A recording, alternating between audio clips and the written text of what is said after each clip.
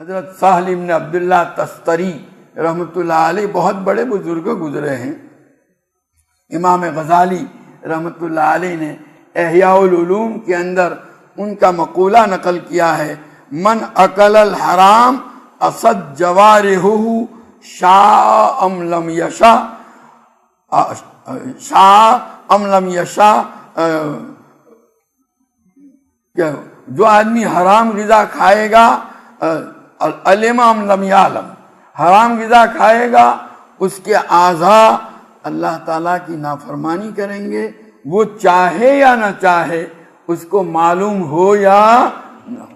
یعنی حرام غذا بے خبری میں بھی اگر کھا لی نا تو اس کا اثر بھی یہی ظاہر ہوگا کہ وہ اس کے اعضاء اللہ کی نافرمانی میں مبتلا. بے خبری میں کھانا گناہ تو نہیں ہے لیکن اس کا اثر ضرور ہوگا. جیسے ایک آدمی ہے زہر بے خبری میں کھا لے، ایک تو وہ آدمی جو زہر کو جان بوجھ کر کھاوے، جانتا ہے کہ یہ زہر ہے، تو اس زہر کو کھانے کی وجہ سے کیا ہوگا؟ نمبر اول پر گنہگار ہوگا، کیونکہ وہ زہر کھا کر اپنے جان کو ختم کرنے کی کوشش کر رہا ہے. تو خودکشی جو ہے وہ حرام ہے شریعت کی نگاہ میں، دنیاوی قانون کے اعتبار سے بھی منع ہے. تو اب ایک تو زہر جان بوجھ کر کھائے گا تو پہلا تو یہ وہ گنہگار ہوا، اور پھر اس کی وجہ سے جان بھی چلی جائے گی. اور اگر کسی کو بے خبری میں زہر دے دیا گیا، اس بیچارے کو پتہ نہیں، اور اس کو کسی نے زہر کھانے میں دے دیا اور بے خبری میں کھا لیا، تو جو زہر کھانے کی وجہ سے گناہ ہوتا ہے وہ تو نہیں ہوگا، اس لیے کہ اس نے خودکشی کا ارادہ نہیں کیا.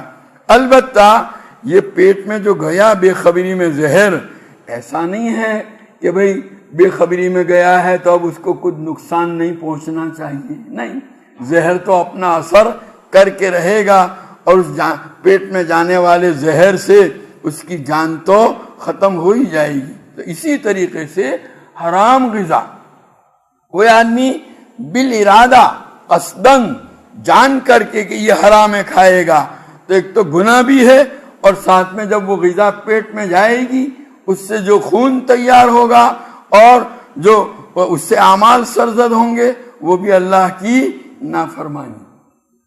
دونوں باتیں. اور اگر وہ حرام غذا جو ہے بے خبری میں کھا لی، کسی نے اس کو کھانے میں حرام غذا کھلا دی، اس کو پتہ نہیں ہے کہ یہ حرام ہے، تو گنہگار تو نہیں ہوگا، لیکن وہ اندر جب جائے گی تو وہ غذا اپنا اثر تو کر کے رہے گی. اسی کو جو ہے یہ فرماتے ہیں حضرت سہل بن عبداللہ تستری رحمۃ اللہ علیہ: من اکل الحرام اسد جوارحہ علم ام لم یعلم شاء ام لم یشاء. جانے یا نہ جانے، یا وہ ارادہ کرے یا نہیں، جان کر کے کھایا ہو، بے خبری میں کھایا ہو، جان کر اور جو ہے اپنے ارادے سے کھایا ہو، یا جو ہے بغیر ارادے کا، ہر حال میں اس کے اعضاء اللہ کی نافرمانی کریں گے. یہ قدرتی اثر ہے غذا کا، یہ حرام غذا کا.